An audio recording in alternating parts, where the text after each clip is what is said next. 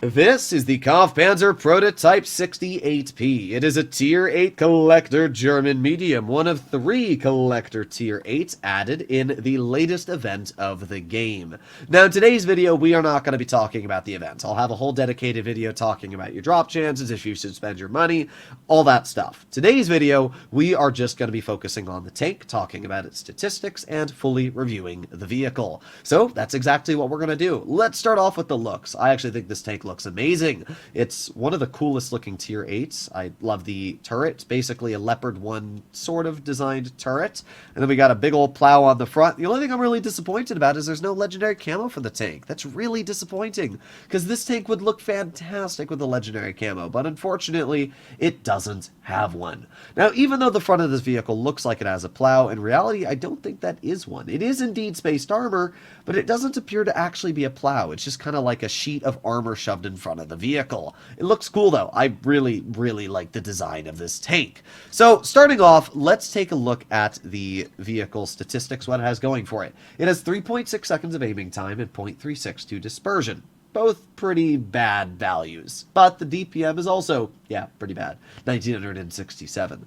That's because the vehicle has a very beefy alpha at 380, and I think the alpha damage makes up for all those poor values. Like, yeah, the gun doesn't have that much DPM, it doesn't have that much dispersion, all that, but because you hit people for such a hard chunk, I don't think it's that much of a problem. You're gonna basically outtrade any vehicle you're fighting, and as you're gonna see in the gameplay in just a moment, damage per minute is not a problem with this tank. In a 7-minute battle, 2,000 DPM means you could deal 14,000 damage. Now, judging that the most damage ever dealt in Tier 8 is about 9,000, I don't think the DPM is a problem. When it comes to the HE, by the way, it deals 500, which is so nasty. The pen's a little on the lower side at 55, but still, very nasty there. The penetration of the standard, though, is very nice at 211, and same for the premium at 271. Vehicle's got 9 degrees of gun depression, and even though its top speed is only 45, it actually is a really solid power to weight, allowing it to average upwards of 40, even uphill. It's fairly mobile. So, stats-wise, the vehicle trades a lot of values you'd want on a medium like accuracy, DPM,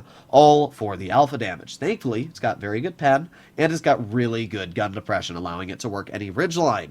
Not only does it have really good gun depression, but it has fantastic armor, specifically on the turrets. Let me put my camera over here. So as we can see, the turret on the vehicle is about 260 thick on the mantlet, and the turret cheeks are about 250 as well. So if you're in an IS-3 and you load gold, which is about 230 mils a pen, look at this vehicle hull down.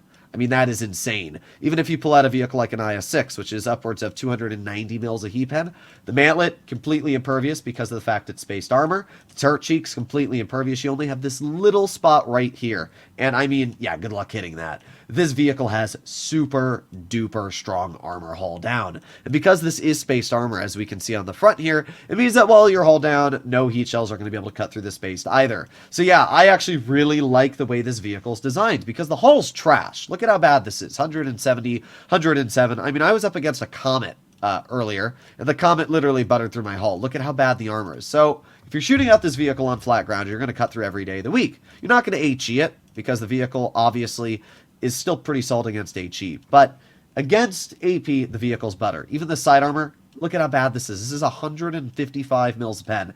Easily butters through the side. So in terms of armor, it's basically a Leopard 1 on the hull, but the turret is like a concept. It's actually insane. Because the vehicle has 9 degrees of gun depression, it actually means that it's fairly easy to use hull down. I really like the way Wargaming balanced this tank. I think that it's got a lot of weaknesses, but it's also got a lot of strengths, which allow it to be strong and have downsides. If the vehicle didn't have a weak hull, and it was something like the 122 TM or the Chimera, it would be overpowered. But I'm glad that it's not. I think that this tank definitely has moments where it can feel very OP, but that's just because of the hull-down armor. The moment you drive it out of position, it's going to fall apart very fast. And if you're a new player, I guarantee that you're not going to do well in this tank. So, what do we have up against us in this first game? We have an AMX 5100, an Action 10, a Luva, and a VK 168. That makes 4 pretty strong heavies. They have a Pershing and an RE251 for mediums, and a Charioteer for tank destroyers. Alrighty, well, you can see the pretty good power to weight on this vehicle. I mean, it's not the fastest, but is not bad either. This vehicle weighs a lot, and it's actually really good at ramming, which I like. So there you go. Nice shot into the RU, and you can see the very nice alpha just in that first bonk. 427. I mean, that feels so nice. And now we just chill and cover, we reload. This is why the DPM doesn't really feel too bad. As long as you wait and nobody's YOLOing you, you should be fine. So we're going to move up a little bit. We got the RU and the Pershing. Okay, well, I saw the RU's planning on bailing, so I'm going to aim at an HE, and look at that. 546. That is insane.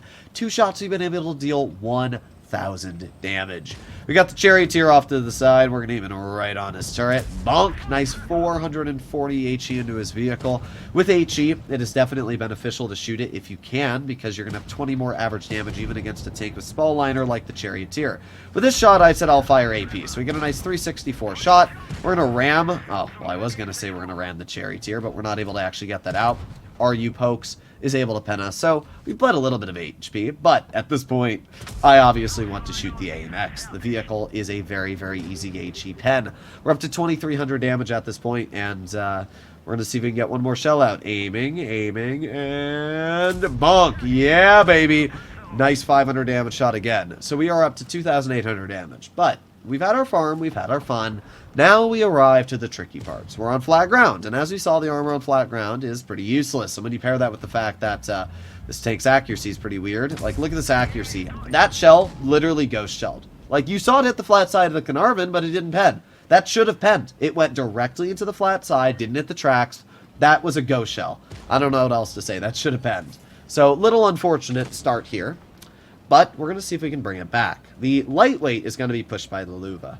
And I was hoping that this Luva would overpoke and show his track wheel, but he didn't really do that. I mean, I guess he did. I might have been able to pen the track wheel, but I don't trust this gun enough to cut through that German track, especially with AP. So I just loaded gold, and I easily cut through his vehicle. I know the VK100's on reload, so we're going to get a nice shell into his vehicle for 387, and just like that, we've gone from 2,800 damage to 3,500, which is pretty nice. And then we're aiming on the side of the Carnarvon, and this time we do end up penetrating our shell, so not all too bad. Just shy of 4,000 damage now. We got the VK168 and the Luva, and judging that they still have a lot of HP, and I am in the range of a one-shot for this VK, I obviously don't want to put myself in the firing line. So we get a nice shot, 366, a little bit of a low roll, but not all too bad. And now we're going to leave, because I know that the VK will probably try to rush me if given the opportunity. So we're going to go wide. We're going to get behind him here. We got the Luva, we got the 168. All right, well, 168 I thought was going to rush our Tiger, but he actually didn't. But that's fine, because we can get to the side of the Luva over here, and we'll just clear him. Obviously, he's a little oblivious to us, and that's nice, because we're up to 4,400 damage. So, at this point, we got the VK and the Action 10. Well, the Action 10 as well, little oblivious, doesn't see us here. So we're going to get a nice snap into the rear of his tank. We're up to 4,600 damage, and all that's left is the VK168. I'm really hoping that my team doesn't farm him. Tiger 2 gets a nice shell in, and just like that, 5,045 damage. So pretty solid first game, as we can see. That's obviously going to be an ace for how much damage we were able to deal, and it's a good example of how, yes, the hull armor is very bad on flat ground, but as long as you understand how to use it, you should be completely fine. So we did 3 times, actually 4 times higher than the next highest on our team, easy ace, and made 220,000 credits, which is absolutely bonkers. Now let's take a look at the second game on this vehicle, which is Canyon. Now this game, not nearly as much damage farmed, but it's a great example of the hull down capabilities this vehicle has. Canyon is obviously a map where if you can work mid-hill, your chances of winning are drastically increased. And if you have gun depression plus a turret armor that is very strong, you can work the hill even better. And that's exactly what we're going to do here. We're going to get right up to mid-hill, we're going to use our gun depression, and hopefully our turret armor to good effect.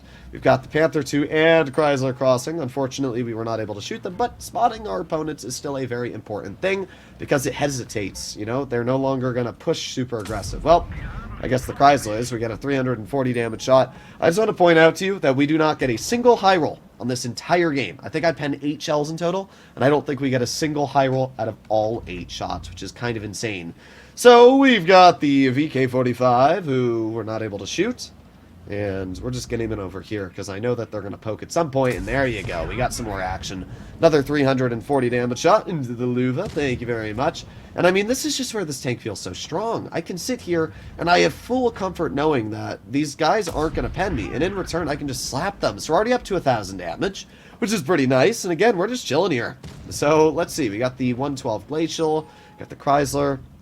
I think the main reason why I've really been enjoying this vehicle is because it feels like a tier 10 medium. A lot of tier 10 mediums have, somewhat weak hulls. Something like the STB, right? Where the STB one is a really strong turret but really weak hull armor. And it's got really good gun depression. And that's kind of what this tank feels like. It's kind of like that Patton, M60, you've got STB type playstyle, AMX 30B playstyle, where you've got a really good gun, and then you trade it for really poor hull armor. There's not really any tier 8 mediums that I can name that have super good turret armor that have, mediocre hull armor that play like this. So that's why I've really been enjoying it. We're already up to 1,800 damage in this game. The Chrysler is off to our side. He's going to shoot the 75 TS, and just trying to think. I was trying to bait the Chrysler. You can see I locked my turret, and I was hoping he'd poke, but then the Panther just kind of YOLO, so I was like, okay, I'll just shoot the Panther. We're up to 2,000 damage now. Again, the DPM isn't great. It's going to take you a while to get out damage, but as you can see, as long as you hold your opponents, you should be completely fine. So we get another shell to the side of the Chrysler. He is able to pen us, but that's most likely in the side. Yeah, as you can see, that's actually a really cringe shot he hit us with, but still.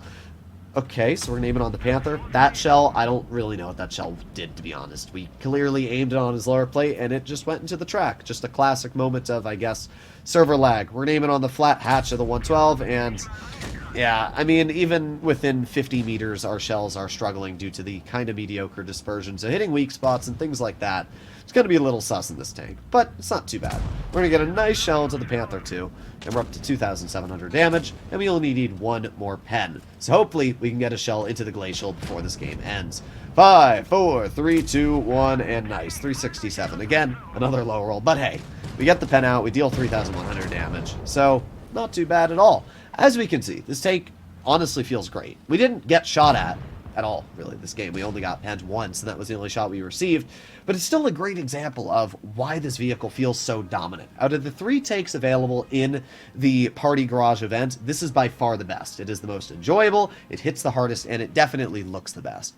So I would definitely say that if you're planning on picking one of these vehicles up, and you're planning on getting gold for the crates, definitely get the Kampfpanzer. It's a very fun tank. I really like it. I think it's perfectly balanced, and Wargaming did a proper job making this vehicle fun, so I have really no complaints.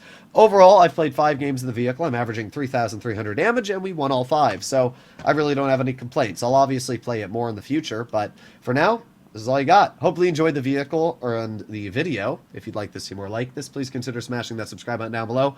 Let me know what you guys think in the comments. Bye-bye.